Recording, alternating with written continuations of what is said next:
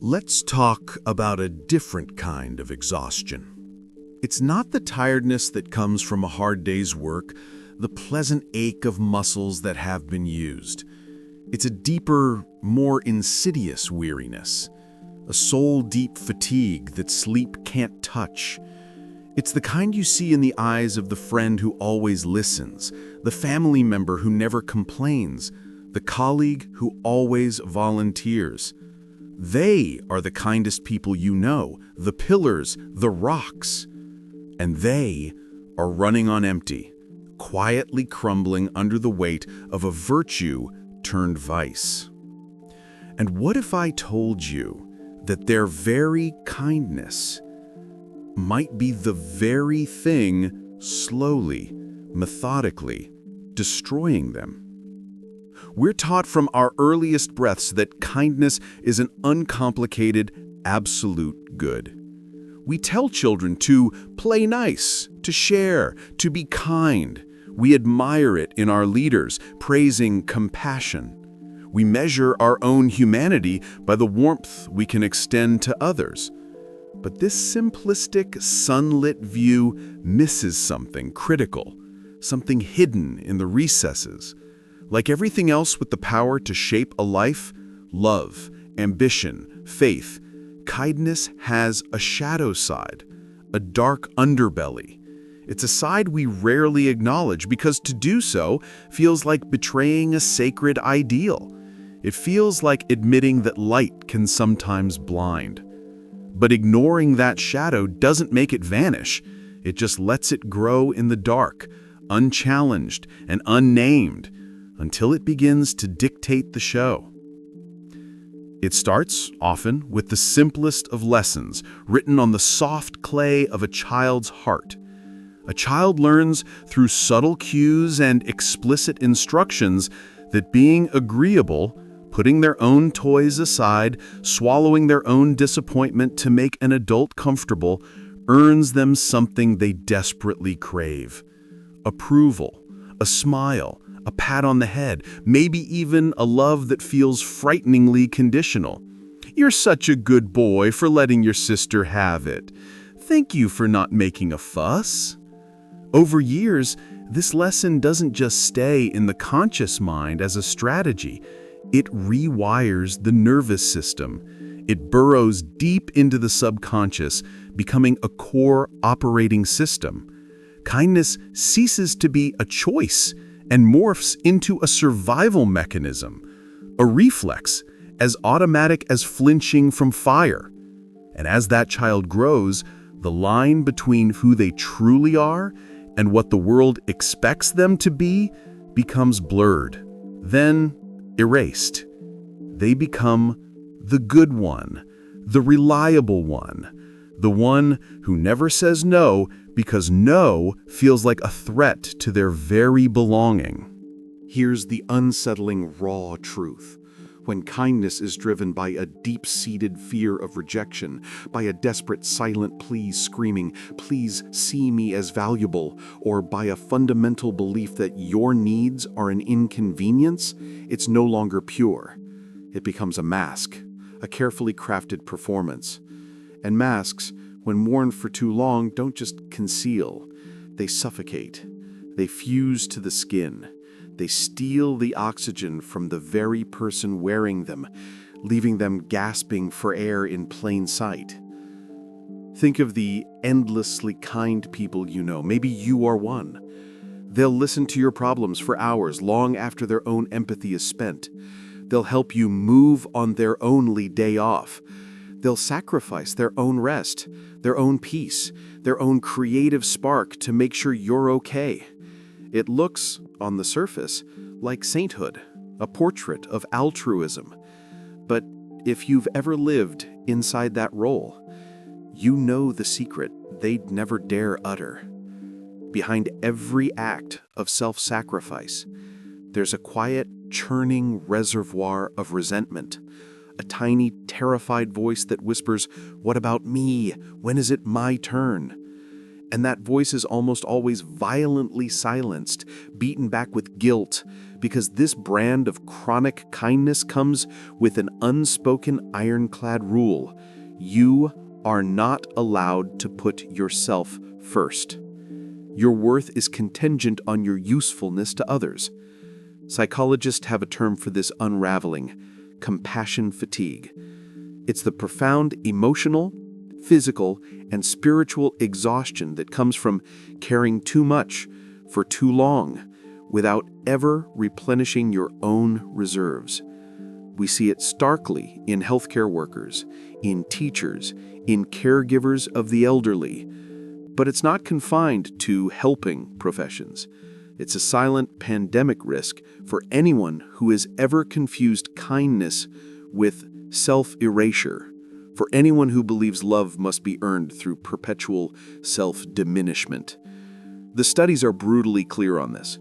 People who consistently prioritize others' needs over their own report significantly higher levels of anxiety, depression, chronic fatigue, and even physical illness like suppressed immune function.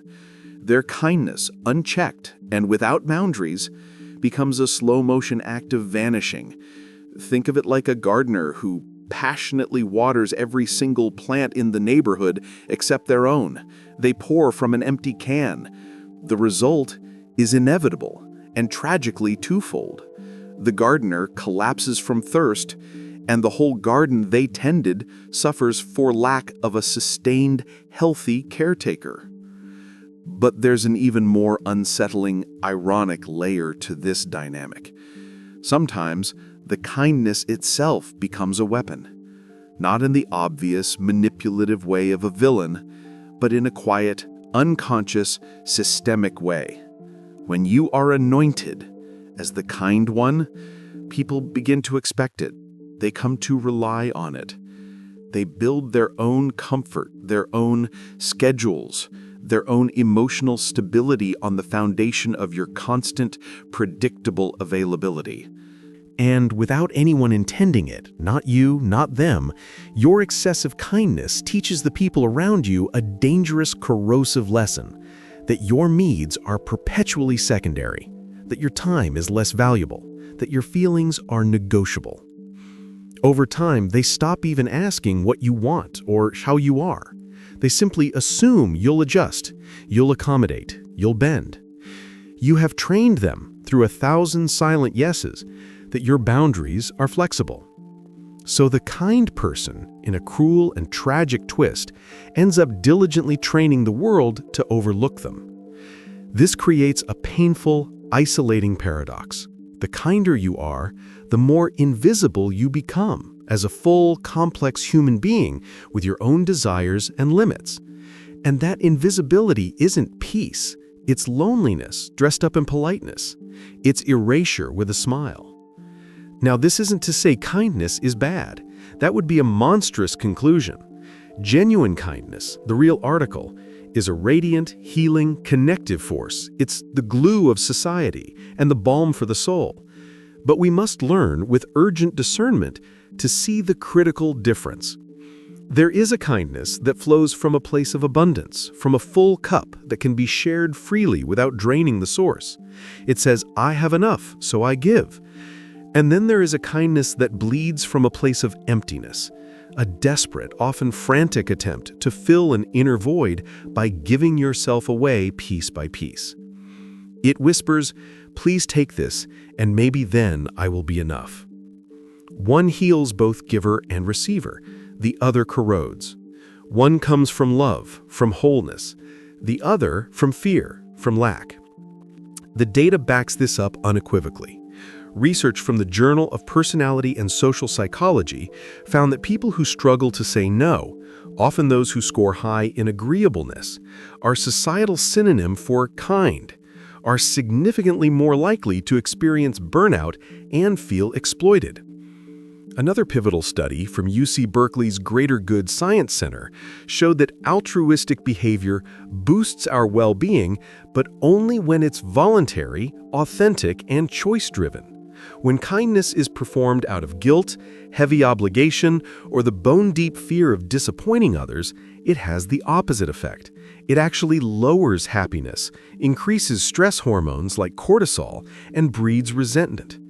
Yet so many of us are trapped in this cycle, this hamster wheel of obligatory giving.